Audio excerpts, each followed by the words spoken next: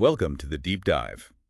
Today, we're zeroing in on BTS specifically, the huge anticipation from their global fan base, the RMY, about the group getting back together. Yeah, it feels like everyone's watching and waiting. Totally. So we've been looking at what people are saying on the Rebang10 Reddit, an article from the Times of India, and also a Korean piece that talks about J-Hope's solo stuff and fan reactions. Right, a good mix of sources. Our goal today, basically, figure out what the members are doing now, what fans worldwide are thinking and hoping for, and, if there are any clues about a full group comeback. Exactly. We're really trying to tap into that global fan perspective. What's the mood?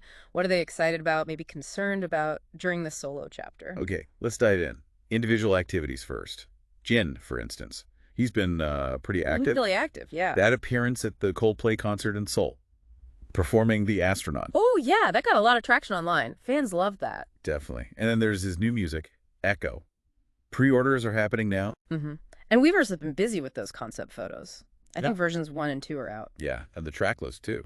Plus, a whole promotion schedule dropped on Twitter. People are, waiting for concept photo 3 now. It's interesting how they roll this stuff out, isn't it? Very organized. Totally. Using Weavers, using Twitter. It keeps that global fan base locked in wherever they are, like direct updates. It maintains that connection even while they wait for the group. And it's not just music. Jin's doing variety, too. He was on Netflix's Kian's Bizarre B&B, right? Episode 7 to 9. Yeah, Netflix Golden even gave him a shout-out on Instagram for it. In his own show, Run Jin, more episodes announced. 30 and 31, I think. Plus that Otoki Jin ramen commercial. Kind of unexpected. Yeah, diversifying. But maybe the biggest buzz is the solo tour, right? Hashtag Run Seek Jin Up Tour, U.S. and Europe dates. Absolutely. All the info, tickets, everything straight onto Weverse. It's quite a broad range of things he's doing. It really is. Well, it feels like part of a strategy, doesn't it? HYBE, keeping BTS visible across, different areas of pop culture. Music, TV, endorsements. Exactly. It keeps the members connected with various parts of their huge global audience, keeps the brand humming along. Okay, shifting gears to J-Hope. He's also been really busy connecting with fans, especially with his tour, Hope on the Stage. Right. That kicked off in Saitama, Japan. And our Korean source mentioned the reception there was really, really warm. That's great to hear. And he just got another win too, right? For Mona Lisa on M Countdown. Yeah. His second win for that track. Another big solo milestone. And that's important.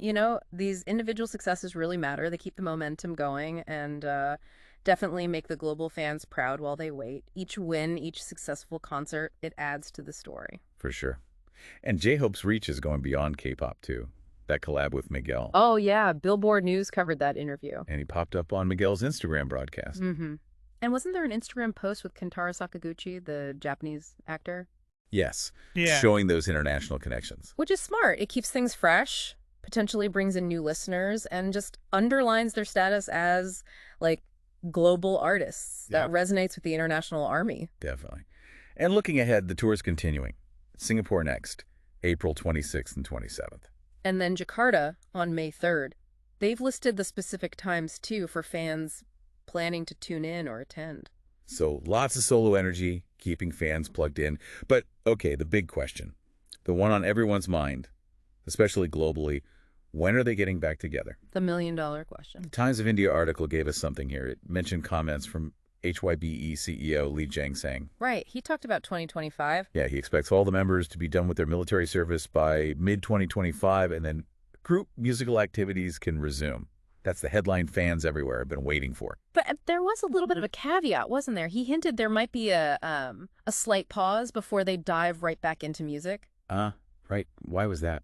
Time needed for music preparation. They're apparently talking with top-tier songwriters. Okay, so quality control. Makes sense. Yeah, it suggests they're aiming high for the new music, and the members themselves need that creative space. Given the huge global expectations, they probably want to get it just right. That absolutely makes sense.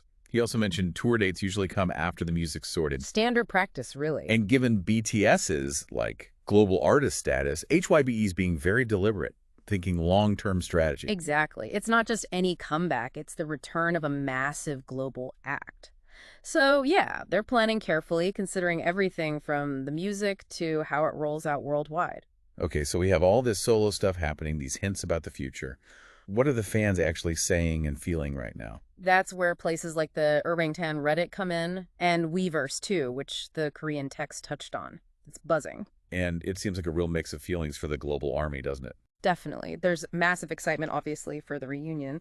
But alongside that, there's this very noticeable concern for the members. Concern about. Their well-being. Lots of fans hoping they get proper rest before jumping back into the intense group schedules. That level of care is pretty unique, isn't it? It really is. They see them as people first, not just performers.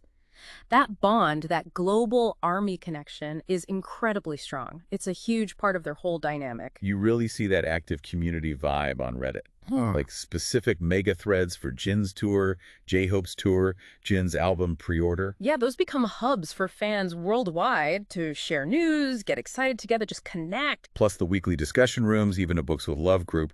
It shows the breadth of the community. Absolutely. And it's not just online. That Universtar BT21 event coming up at Universal City Walk Hollywood. Oh yeah, saw the Instagram post. Keeps the whole BTS universe alive for fans globally. These communities, online and offline, they're vital. They maintain that shared excitement and support across borders, especially now when the group isn't active together. So, wrapping up our deep dive here. What's the takeaway? Well, the members are clearly thriving with their solo projects, staying visible, exploring their own sounds. Right, and that 2025 reunion anticipation is sky high, especially after the CEO's comments. But crucially, the preparation, the music, the tour planning that takes time, it's a process. And throughout it all, the global fan base is watching intensely, sharing the excitement, but also, expressing that real care for the members' health. It highlights that unique BTS Army connection worldwide. Undeniably. That bond is immense. The global desire for their return is palpable, and every update gets huge attention everywhere. Their impact is just monumental. Which leaves us and you, our listeners, with something to think about, especially everyone waiting eagerly for BTS. Given what HYBE's CEO said about strategy and seeing how well the solo careers are going, what does the ideal BTS comeback look like? How do they balance that careful artistic prep with the sheer force of global fan anticipation? Exactly. And what does being global artists really mean for their next steps, their future activities? Lots to ponder. Definitely something to mull over. Thanks for joining us for this deep dive.